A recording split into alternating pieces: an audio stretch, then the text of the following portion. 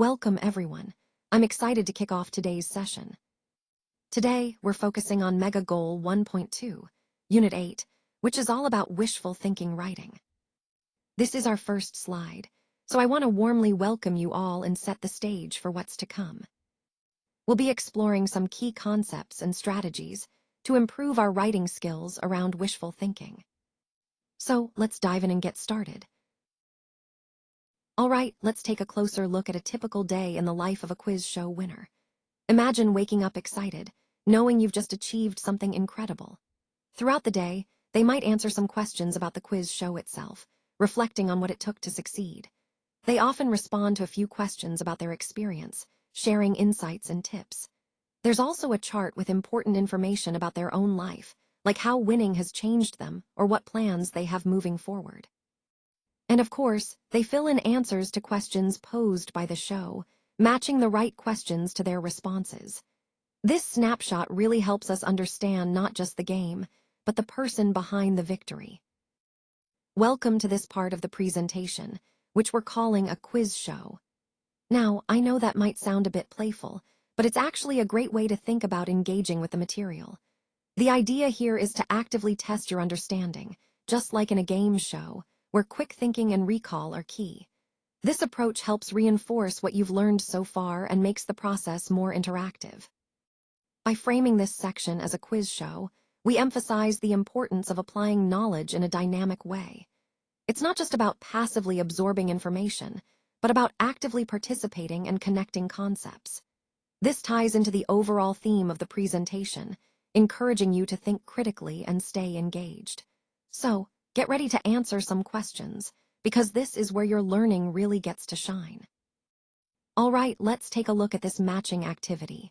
The goal here is to connect each answer with the correct question. You'll see a list of numbers, 1 through 8, and a set of answers.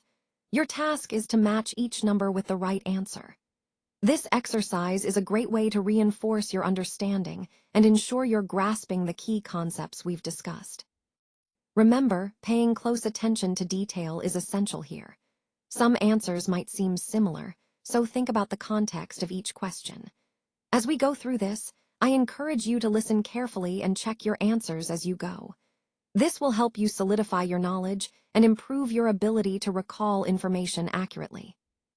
So, let's get started, and I'll guide you through the correct matches as we progress. Now, let's talk about the concept of powerful relationships. Having genuine connections is key, but it's also important to recognize the difference between real friends and fake friends. Fake friends can sometimes attract stalkers or unwanted attention, which can be risky. When we think about maintaining a healthy lifestyle, it's not just about physical health, but also about the quality of our relationships. Many interviews and public appearances can lead to a lack of privacy, which is something to be mindful of. On the flip side, some people indulge in fancy gifts and get special treatment, which might seem glamorous but can also be superficial. Living far away from the city offers peace and privacy, allowing us to hang out with friends and spend quality time with family without constant distractions.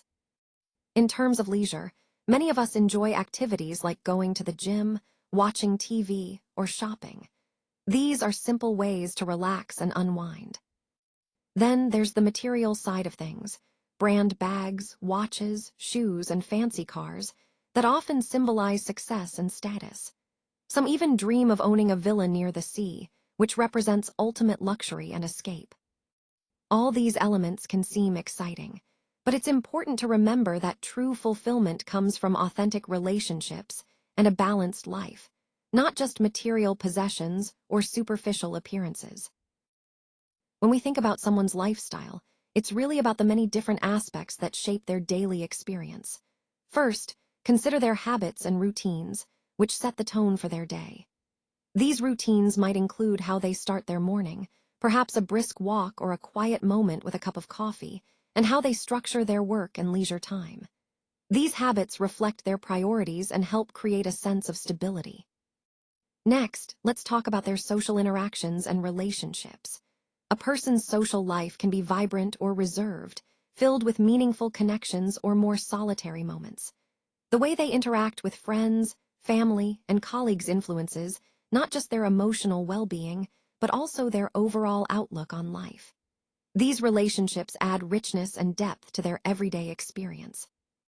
Then there's the aspect of physical activity and health. Some people prioritize staying active through sports, yoga, or simple walks, which energizes their body and mind.